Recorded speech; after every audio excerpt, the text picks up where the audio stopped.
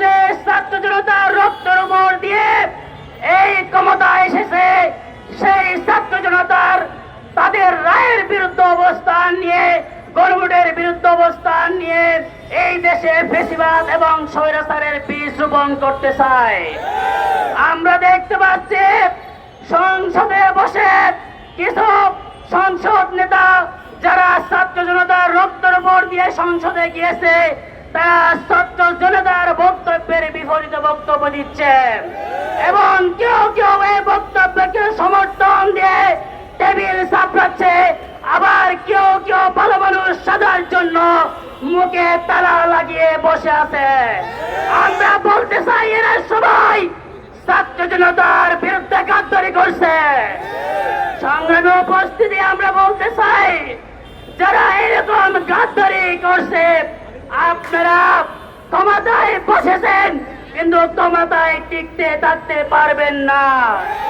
আমরা আরো লক্ষ্য করেছি গণভোটের রায় বাস্তবায়ন গরিবেশি করার মাধ্যমে তারা কি করতে চায় বাংলাদেশের জনগণ ইতিমধ্যে দেখতে শুরু করেছে।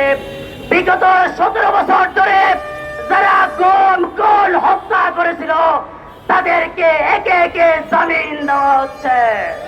বিগত 17 বছর যারা মুসলিম ছিল তাদেরকে হত্যাযোগ্য করা হচ্ছে, তাদেরকে গ্রেফতার করা হচ্ছে। সংগ্রামে উপস্থিতি আমরা বলতে চাই, এই বাংলাদেশে যারা আবার ফ্যাসিবাদ এবং স্বৈরাচার হওয়ার চেষ্টা করবে, ইসলামী ছাত্র শিবির তেমনি থাকবে না, তেমনি থাকতে পারে না।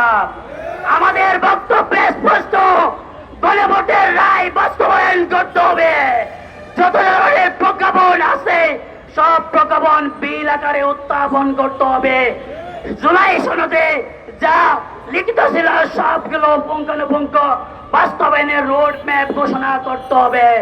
আমরা বলতে চাই, আমাদের দাবি যদি সংসদে আদায় হচ্ছে না, যেহেতু আমরা রাজপথে আমাদের দাবি আদায় করে ছাড়ব।